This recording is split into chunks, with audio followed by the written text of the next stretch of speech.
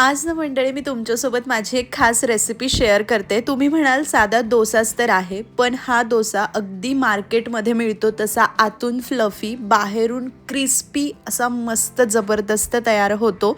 आणि या डोसाचा तुम्ही आवाज ऐका। हा डोसा बनवून मला एक 15 ते 20 मिनिटे झाले, तरीही सुंदर असा कुरकुरीत आहे। बऱ्याच वेळेला बिडाच्या तव्यावर आपण डोसा पसरवतो, तो व्यवस्थित पसरला तर जातो, छान शिजतो सुद्धा, पण कधी कधी व्यवस्थित निघत नाही। म्हणून आपण डोसा करताना काय गोष्टींची काळजी घ्यावी, इतकंच काय तर गॅस कोणता वापरावा, कसा वापरावा ते सुद्धा सांगणार आहे। आणि परफेक्ट डोसे होण्यासाठी बॅटर सुद्धा परफेक्ट असणं गरजेचं आहे।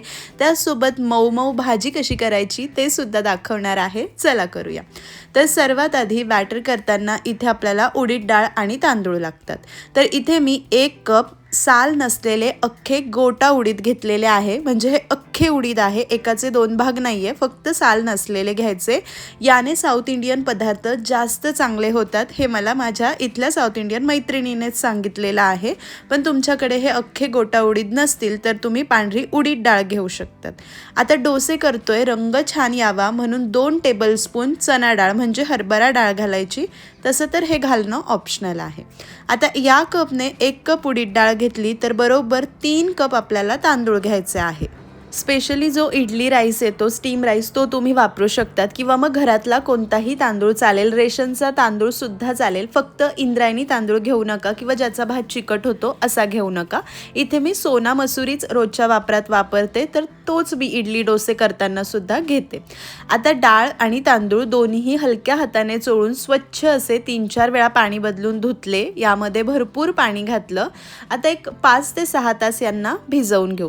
तुम्हाला हवं तर तुम्ही अर्धा टीस्पून मेथी दाणे घालू शकतात, पण साऊथ इंडियन पदार्थ खाऊन जर ॲसिडिटी होत असेल तर मेथी दाणे घालायचे नाही। तर इथे ना मी हे एक 5 ते 6 तास छान भिजवून घेतले। डाळ तांदूळ परफेक्ट भिजले। आता यांना धुवायचे नाही, जर धुतले ना तर पीठ व्यवस्थित फर्मेंट होत नाही। फक्त डाळीतलं पाणी निथळून हिला सुरुवातीला मिक्सर जारमध्ये काढून घ्यायची आहे। त्यासोबत डोसे छान असे फ्लफी क्रिस्पी व्हावे म्हणून सारख्याच कपने अर्धा कप पोहे मी 5 मिनिटं पाण्यात भिजवले। पाणी काढून त्यांना सुद्धा डाळीसोबत घालू, गरजेनुसार पाणी घालून अगदी असं बारीक वाटून घ्यायचं। वाटताना एका गोष्टीची काळजी घ्यायची की मिक्सरचं जार गरम व्हायला नको, मध्ये मध्ये थांबून तुम्ही वाटू शकतात किंवा 2 बॅचेसमध्ये वाटा। डाळ वाटून झाली की हिला एक 2 ते 3 मिनिटे चांगलं फेटून घ्यायचंय, म्हणजे ही मस्त अशी हलकी होते। डाळ फेटून घेतली, आता तांदूळ वाटून घ्यायचे। तांदूळ सुद्धा आपल्याला धुवून घ्यायचे नाहीये, फक्त पाणी काढून घालायचं आणि गरजेनुसार पाणी घालून जमेल तितकं बारीक वाटायचं। शक्यतो जाडसर रवाळ असं ठेवू नका।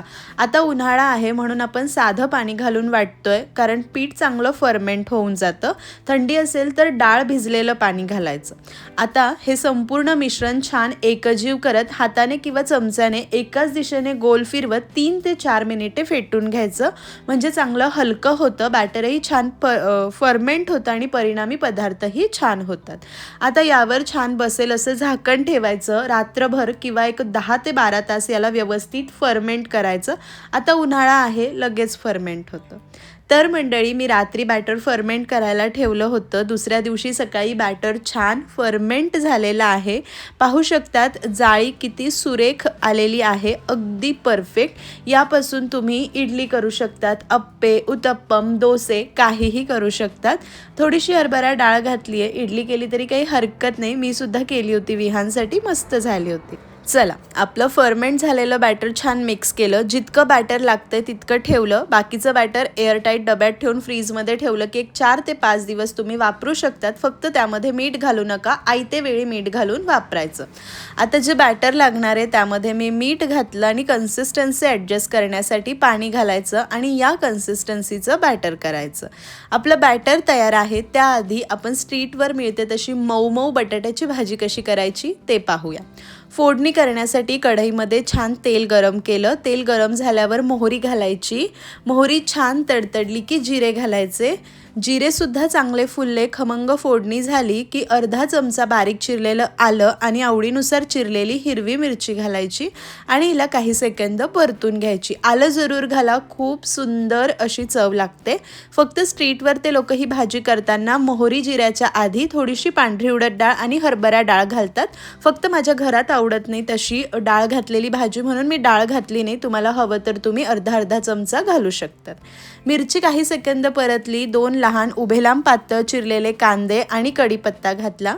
कांदा आता हलका गुलाबी होईपर्यंत आपल्याला परतायचा आहे, खूप ब्राऊन करायचा नाही. भाजी खाताना दाताखाली येतो तो गोडवा खूप छान लागतो.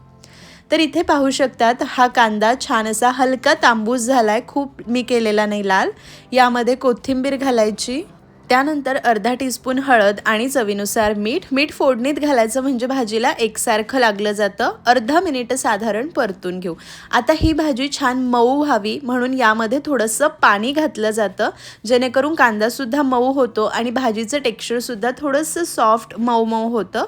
आता अर्धा मिनिट पाणी घालून सुद्धा शिजवलं. त्यानंतर उकडून घेतलेला बटाटा असा हाताने मॅश करून घालायचा. बटाटे उकडून साल काढून घेतलेले आहे आणि या पद्धतीने जाडसरच मॅश करून घातला. आता फोडणीमध्ये याला चांगलं एकजीव करायचं. या स्टेजला वाटलं की दाटसर वाटतं तर थोडंसं पाणी तुम्ही घालू शकतात. ही भाजी गरम गरम असताना छान मऊ राहते, गार झाली की परत अशी घट्ट होते, म्हणून गरम गरम छान सर्व करा. कोथिंबीर घालून एक 3 ते 4 मिनिटे छान भाजी परतून घेऊया आणि इथे आपली अगदी स्ट्रीटवर असते तशी मऊ मऊ भाजी तयार झाली. याआधी मी चटण्या दाखवलेल्याच आहे. आता आपण डोसे कसे करायचे ते पाहूया. इथे मी माझा बिडाचा म्हणजे कास्ट आयर्नचा तवा घेतलेला आहे. तुम्हाला नॉनस्टिकवर सुद्धा करून दाखवेल.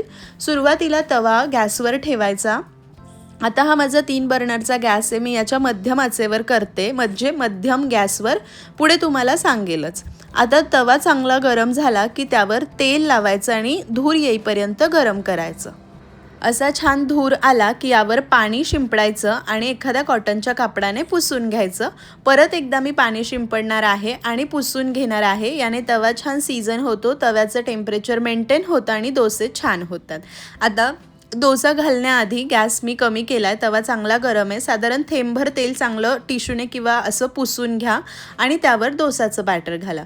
डोसाचं बॅटर घालताना तवा चांगला गरम असूनही गॅस कमी ठेवायचा. डोसाचं बॅटर घालायचं, एकाच दिशेने गोल फिरवायचं आणि सुंदर असा डोसा पसरवून घ्यायचा. आता डोसा पसरवल्यानंतर गॅस मोठा करायचा आणि हा ड्राय होऊ द्यायचा. ड्राय झाला की मगच तेल घालायचं. ओल्या डोस्यावर तेल घातलं तर तो चिकटला जातो, व्यवस्थित निघत नाही. आता आपला गॅसचा बर्नर व्यवस्थित मोठा नसला की कडेपर्यंत हीट जात नाही आणि मग आपले डोसे निघत नाही, म्हणून मध्ये मध्ये तवा रोटेट करायचा. डोसा जरा ड्राय झाला मग मी थोडंसं तेल लावलं. तुम्ही हवं तर बटर तूपही लावू शकतात. हलकंसं मध्यभागी ब्राउनिंग यायला लागलं पण कडेला तितकीशी हीट पोहोचली नाही की असा तवा जरा जरा फिरवून घ्यायचा, म्हणजे कडेनेही डोसा छान भाजला जातो. सुरुवातीचे काही डोसे करतानाच हा प्रॉब्लेम येतो, नंतर तवा चांगला ताव धरला की डोसे छान होतात. पहिला डोसा आहे, आपण काढून घेऊया. काढताना थोडासा क्रॅक गेलाय पण डोसा व्यवस्थित निघालेला आहे. मध्यभागी सुद्धा छान झालेला आहे. तर डोस्याचं टेक्स्चर पहा किती परफेक्ट आहे. आतून जाळीदार फ्लफी, वरतून रंग सुंदर आलाय, शाईन छान आलेली आहे आणि परफेक्ट क्रिस्पी डोसा आपला तयार झाला. दुसरा सुद्धा डोसा मी त्याच पद्धतीने करून घेतला. पण काय झालं, हा 3 बर्नरचा गॅस आहे, त्याच्या मीडियम फ्लेमवर मी करत होते कारण तिकडनं मोठ्या फ्लेमवर शूट व्यवस्थित घेता येत नाही. मग माझ्या लक्षात आलं की हवी तितकी हीट डोस्याला व्यवस्थित मिळत नाही आहे, कारण तवा माझा चांगला वळसवलेला आहे तरी डोसा तुटतोय. तर मी पुढे काय केलं तुम्हाला सांगते, म्हणजे तुम्ही सुद्धा या चुका टाळाल. पण डोसा अगदी परफेक्ट क्रिस्पी, आतून सॉफ्ट फ्लफी झालेला आहे. पण पुढचे डोसे ना मी माझ्या नॉर्मल किचनमध्ये, जिथे माझा 2 बर्नरचा गॅस आहे त्याच्या मोठ्या बर्नरवर मी केला आणि 1-2 डोसे झाले की पाणी शिंपडून पुसून घ्यायचं, थोडंसं तेल लावायचं आणि मग डोसे करायचे. हे पहा, बॅटर पसरवलं, त्यानंतर थोडासा तवा रोटेट केला म्हणजे कडेलाही छान भाजलं जाईल. अगदी नंतर मला काही तवा रोटेट करण्याचीही गरज पडली नव्हती. 3-4 डोसे झाल्यावर. आणि हा डोसा पहा किती सुंदर निघालेला आहे, अगदी परफेक्ट झालेला आहे. म्हणून तुम्ही गॅसच्या मोठ्या बर्नरवर डोसे करा, फ्लेम मीडियम हाय करत करत, म्हणजे तुमचे डोसे बिडाच्या तव्यावरही परफेक्ट निघतील. एकदा का तुम्ही बिडाच्या तव्याचे डोसे खाल्ले ना, मग तुम्हाला काही नॉनस्टिकच्या डोस्याची चव आवडणार नाही. पण ज्यांच्याकडे बिडाचा नसेल त्यांनी कसं करायचं ते पाहूया. नॉनस्टिकचा तवा आपण छान गरम केला, तेल लावलं, थोडंसं पाणी शिंपडून पुसून घेतलं. तुम्हाला वाटत असेल कोटिंग खराब होईल पाणी शिंपडल्याने, तर ओल्या कापडाने तुम्ही पुसू शकतात. पण मी नेहमी शिंपडते, माझ्या तव्याला काही झालेलं नाही. आता पाणी शिंपडून पुसल्यावर तव्याला तेल लावायचं नाही, नाहीतर नॉनस्टिक तव्यावर तेल लावून डोसा केला तर तो व्यवस्थित ओठवला जात नाही, व्यवस्थित पसरत नाही. चांगल्या गरम तव्यावर कमी आचेवर बॅटर घालून डोसा पसरवायचा, मग मध्यम ते मोठ्या आचेवर भाजायचा, तेल लावायचं आणि पाहू शकतात किती सुंदर हा होतोय. आपण याला अजून क्रिस्पी करायचा तर अजून करू शकता, सॉफ्ट ठेवायचा तर सॉफ्ट ठेवू शकतात. नॉनस्टिकवर डोसे करणं काही अवघड नाही, नॉनस्टिकवर डोसे परफेक्ट होतात. फक्त एक गोष्टीची काळजी घ्यायची की तवा खूप कमी गरम नको आणि अति कडकडीत गरम नको. अति कडकडीत गरम असेल तर डोसा व्यवस्थित गोल होत नाही, ते बॅटर सगळं चमच्याला लागून येतं. तर इथे आपला परफेक्ट असा मसाला डोसासुद्धा तयार झाला.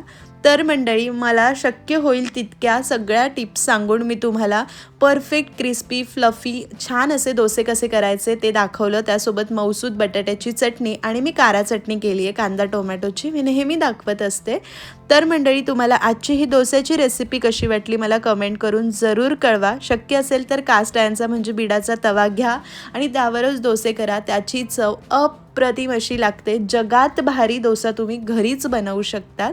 तर आजची रेसिपी तुम्हाला थोडी जरी हेल्पफुल वाटली असेल, आवडली असेल तर लाईक करा. रेसिपी कशी वाटली कमेंट करून कळवायला विसरू नका. चॅनलला सबस्क्राईब